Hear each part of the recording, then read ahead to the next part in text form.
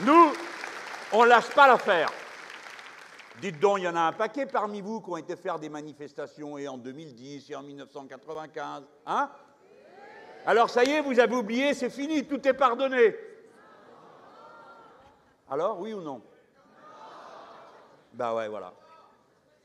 Alors, si vous n'avez rien pardonné, et si vous pensez toujours que contrairement à ce que racontent les durs à cuire, qui eux ne s'exposent pas autant qu'ils exposent les autres, quand ils vous disent « puisqu'on vit plus longtemps, il faut travailler plus longtemps », vu que cette bande de technocrates ne sait pas que si on vit plus longtemps, c'est parce qu'on travaille moins longtemps, et que donc la seule manière d'avoir une vie, c'est normal.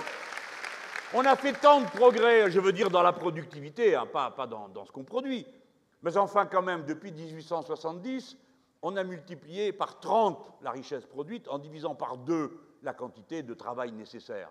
Bon, vous me direz, c'est pas tout de la richesse, hein, quand on voit les cochonneries que c'est. Bon, eh ben oui, qui a acheté un frigo il y a 30 ans et en achète un aujourd'hui, c'est bien que celui de 30 ans, il est encore à la maison, celui d'aujourd'hui, demain, t'es pas sûr. Ça s'appelle l'obsolescence programmée. Ça prend du temps de fabriquer des trucs qui ne marchent pas, hein, faut pas croire. Hein. C'est compliqué. C'est de la technique. Bon. Je viens sur mon sujet. Alors, on sait ce que ça a coûté. D'abord, il n'y avait pas besoin d'être un aigle pour comprendre que si on fait partir les gens à la retraite plus tard, eh ben, le résultat que vous connaissez tous, c'est que les gens, ce n'est pas parce qu'ils doivent partir à la retraite plus tard qu'ils vont travailler plus longtemps. C'est pas vrai. Parce que quand ils vont au travail, on leur dit « t'es trop vieux, toi non, t'es trop jeune. Toi, tu ne fais pas l'affaire. Toi, si tu n'es pas content, tu n'as qu'à t'en aller, il y en a 10 autres qui attendent. » Vous connaissez la musique. Bref, celui qui a cet âge, qu'est-ce qu'il va faire? Eh bien, on s'aperçoit qu'une quantité considérable est au chômage, et que quand on est au chômage, les gens qui ne le savent pas, c'est que le chômage, ça rend malade. Mais oui, parce qu'on marronne, parce qu'on tourne en rond, parce qu'on n'est pas content, parce qu'on ne sait pas quoi faire, parce qu'on se rend coupable de la situation alors qu'on n'y est pour rien. Mais c'est comme ça, c'est comme ça. Et du coup, on se rend malade. Et il y a un organisme qui n'est pas un ramassis de gauchistes. Je dis ça pour ceux qui pourraient croire que je ne lis que la littérature gauchiste, qui est un organisme qui s'occupe de recherche et de santé, qui établit qu'il y a 14 000 personnes, si je me souviens bien, qui meurent chaque année du fait des dérèglements innombrables qui résultent de leur situation de chômage. Évidemment, on ne peut pas dire « c'est le chômage qui le tue ». C'est comme quand on dit « il y a 2000 personnes qui meurent dans la rue ». Dans notre grand pays. 2000 personnes, ce n'est pas la rue qui les tue. La rue, elle est juste sale, c'est tout. Non, ce qui les tue, c'est tout ce qu'on ne peut pas régler parce qu'on est dans la rue. On ne peut pas se soigner, on n'a pas d'adresse, on ne sait que faire. On tourne en rond, on a froid, on a faim, on n'a pas d'eau. Quel être humain peut vivre sans eau? Et on passe une partie de sa journée à chercher de l'eau dans les grandes villes. Bref, tous ces gens se martyrisent. Et quand on a derrière soi une vie de travail, qu'on est arrivé à l'âge où on pensait qu'on allait s'arrêter, eh bien, il s'y ajoute beaucoup d'amertume et d'un sentiment d'injustice pour tous les efforts qu'on a faits pour ne pas en arriver là, et que néanmoins on s'y trouve. Ça, c'est la vraie vie des gens. Les gens ne sont pas des chiffres, ne sont pas des pions. Les gens sont des êtres humains, avec une souffrance, avec un cœur. Et les gens qui sont dans la misère, ou qui sont au chômage, la première chose qu'on devrait se dire, c'est qu'ils nous manquent parce qu'ils savent faire des tas de choses utiles et qu'ils sont prêts à donner beaucoup d'eux-mêmes pour la collectivité. Et que ce qui les rend plus malheureux que tout, c'est qu'on ne leur demande plus rien. Voilà justement le problème pour eux. Alors,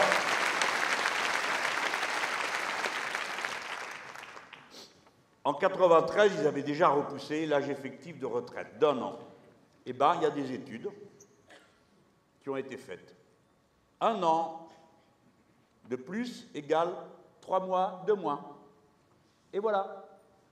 L'espérance de vie des Français a reculé en 2015 pour la première fois depuis 1969. Elle a reculé en valeur absolue, m'entendez-vous? On vit moins longtemps. C'est la première fois que se produit un recul de cette nature. Jusque-là, on avait toujours allongé le temps de vie. Pour la première fois, il a reculé. Pourquoi? Sinon à cause des mauvais traitements qu'on fait subir de manière injuste aux gens pour permettre que les uns accumulent tandis que les autres n'ont rien. Voilà la cause de tous nos maux. On va dire que je suis simpliste. Eh bien, je l'assume.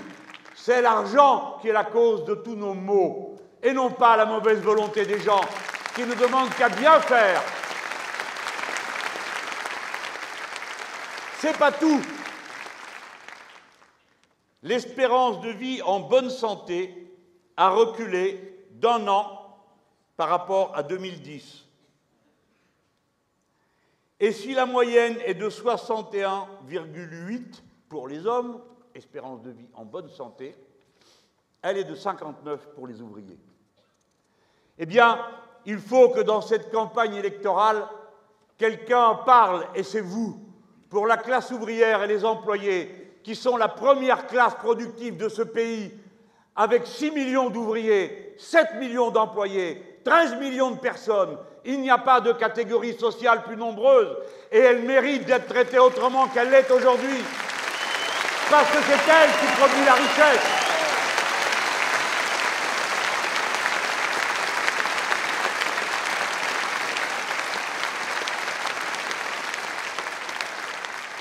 Donc, nous avons pour objectif de rétablir la retraite à 60 ans après 40 annuités. Et nous comptons là-dessus pour que les gens vivent mieux et pour que la génération montante puisse prendre la place de ceux qui, légitimement, s'en vont à la retraite parce que le moment est venu.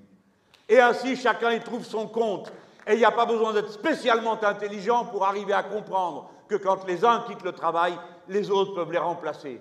Tandis qu'avec leur système, premièrement, on a créé le chômage des seniors de masse, et en plus, on crée le chômage de masse des jeunes parce qu'ils ne peuvent pas occuper les postes de travail.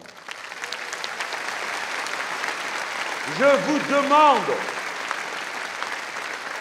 si vous votez avec moi, si vous votez pour l'avenir en commun, je vous demande de ne pas lâcher prise. Vous devez exiger des gens qui vous parlent, qu'ils vous expliquent pourquoi ils ne veulent pas revenir à la retraite à 60 ans. Pourquoi ça a été possible pendant tant d'années et que tout d'un coup, alors que le pays est si riche, ça ne serait plus possible. Il faut que vous exigiez le retour des acquis des générations qui vous ont précédés dans ces luttes. Ça vous appartient, c'est à vous.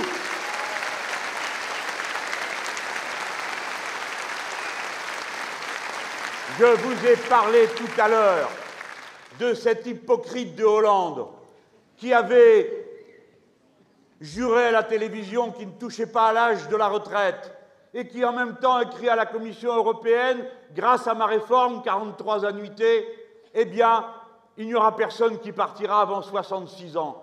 Parce que c'est la Commission européenne qui exige de tous les pays qu'on retarde l'âge de départ à la retraite. C'est elle qui le demande dans les exigences qu'elle présente à chaque État quand elle leur demande tous les semestres de faire des économies sur les différents comptes dans lesquels ils comptent les comptes sociaux.